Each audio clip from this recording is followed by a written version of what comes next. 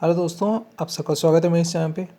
और जैसे कि आप सबको पता है कि आईपीएस क्लर्क का एग्ज़ाम ख़त्म हो चुका है, तो मेरा 19 तारीख को फर्स्ट शिफ्ट था आईपीएस क्लर्क का। तो पहले हम बात करते हैं इंग्लिश का। ठीक है, तो इंग्लिश में फर्स्ट जो पैसेज आया था वो गवर्नमेंट्स के ऊपर आया था। मतलब कुछ साउथ साइड में और कुछ साउथ एशिया साइड में मिलते हैं, ऐसा कुछ था क्वेश्चन में। तो पहले उसका क्वेश्चन में ये बताया जा रहा था कि ये दो अलग टाइप के होते हैं, ये दो अलग टाइप की स्पीसीज़ हैं। फिर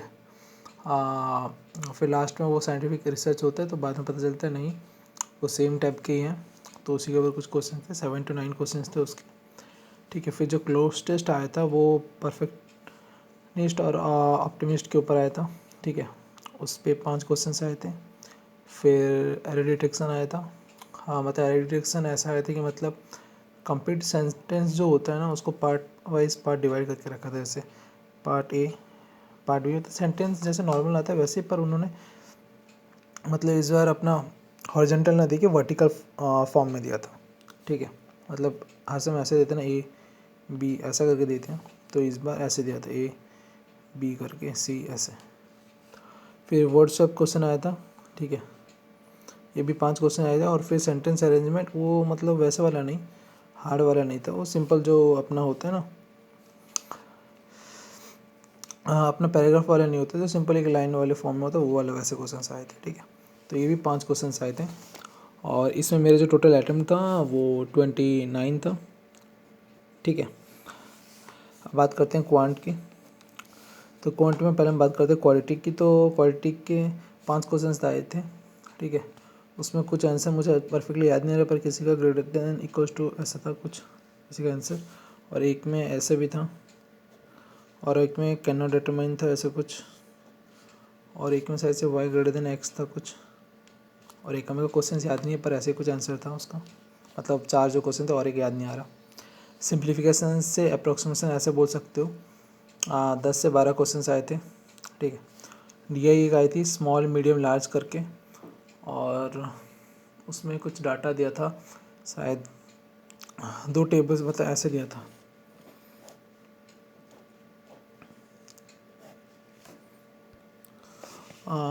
स्मॉल, मीडियम और लार्ज करके ऐसा कुछ दिया था।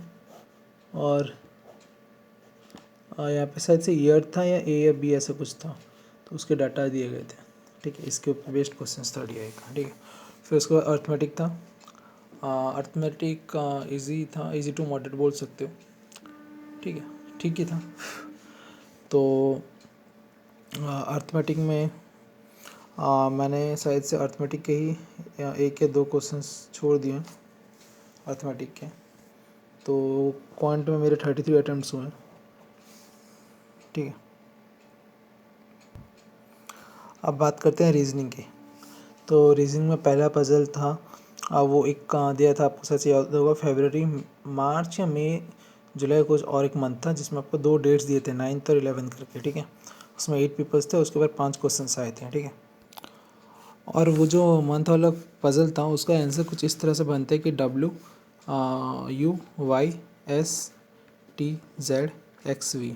ठीक है, ये आंसर बनता है। जिन लोगों को वो आंसर बना था, अगर आप लोग को याद है तो नीचे कमेंट करिएगा कि आप लोग का भी यही आंसर बना था या नहीं। ठीक है, सेकंड जो पजल था रीजनिंग में, वो था 7 पीपल सर्कुलर इनवर्ड फेसिंग। ठीक है, उसमें 5 क्वेश्चन थे, और उसका आंसर कुछ इस तरह से था।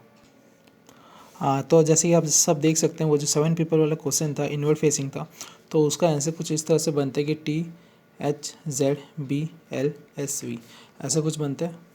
ठीक है, और उसमें से एक क्वेश्चन भी था कि आप अगर उसको अल्फ़ाबेटिकल ऑर्डर में बी से स्टार्ट करेंगे तो कितने ऐसे होते हैं जो कि अपना पोजीशन चेंज नहीं करते, तो उसका आंसर शायद से 2 होता है।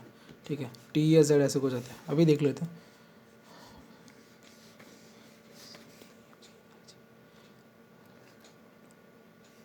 ठीक है, तो 2 रहता है उसका आंसर। ठीक है, इतना याद है। तो आप सब देख सकते हैं कि जो उसका आंसर होगा 2 होगा, क्योंकि उसने पूछा था कि कौन सा पोर्शन चेंज नहीं होता है, तो टी और जेड बी को छोड़ के बोला था, तो इसलिए 2 होगा उसका आंसर। ठीक है, और एक पजल आया था जो कि वीक के ऊपर था। ठीक है, जो स्टार्ट हो रहा था मंडे से और ख़त्म हुआ था संडे पे। उसमें 5 मार्क्स का क्वेश्चन था उसमें टोटल। तो उसका आंसर कुछ इस तरह से है। तो जैसे ही आप सब देख सकते हैं, वो जो वीक वाला क्वेश्चन था जो कि मंडे से स्टार्ट हो रहा है और संडे पे ख़त्म हो रहा है, तो उसका पजल का अरेंजमेंट कुछ इस तरह से था, YTSUWXV। अगर आप लोग को आंसर याद है तो नीचे कमेंट करके बताएगा कि ये आंसर था कि नहीं, ठीक है। अब हम नेक्स्ट क्वेश्चन पे चलते हैं।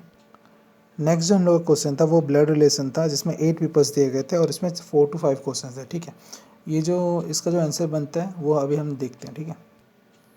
तो ये जो ब्लड रिलेशन था जिसमें 8 पेपर्स दिए गए थे, उसका रिजल्ट कुछ इस तरह से आते हैं कि जो बी है वो फादर है ए का, ठीक है, और जो डी है वो डॉटर है एम की, और के बी आई थिंक, हाँ के इस साइड होना था, वो जल्दीबाजी करने के चक्कर में के इस साइड होगा तो रिलेशन देखने में इजी होगा, ठीक है।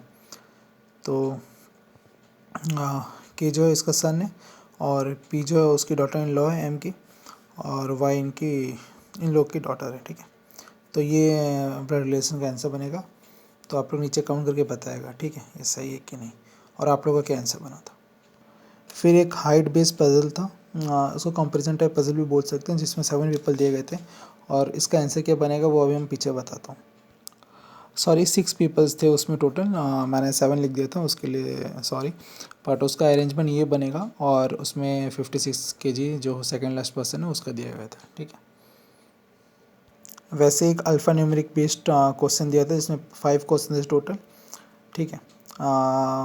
और सिलॉक्स दिए थे, 3 क्वेश्चन दिए गए थे, और मिक्स्ड क्वेश्चन के अंदर कुछ वर्ड्स दिए गए थे, जैसे जो ऑर्गेनाइज वर्ड दिया गया था उसमें से आपको निकालना है कि कितने मतलब जो होते नहीं है कितने ऐसे लेटर्स हैं जिसके बीच में सेम होता है, जो मतलब चेक करने वाला गैपिंग वो वाला था, और इसमें आपको मीनिंगफुल वर्ड बनाना था जो मैंने स्किप कर दिया, ठीक है।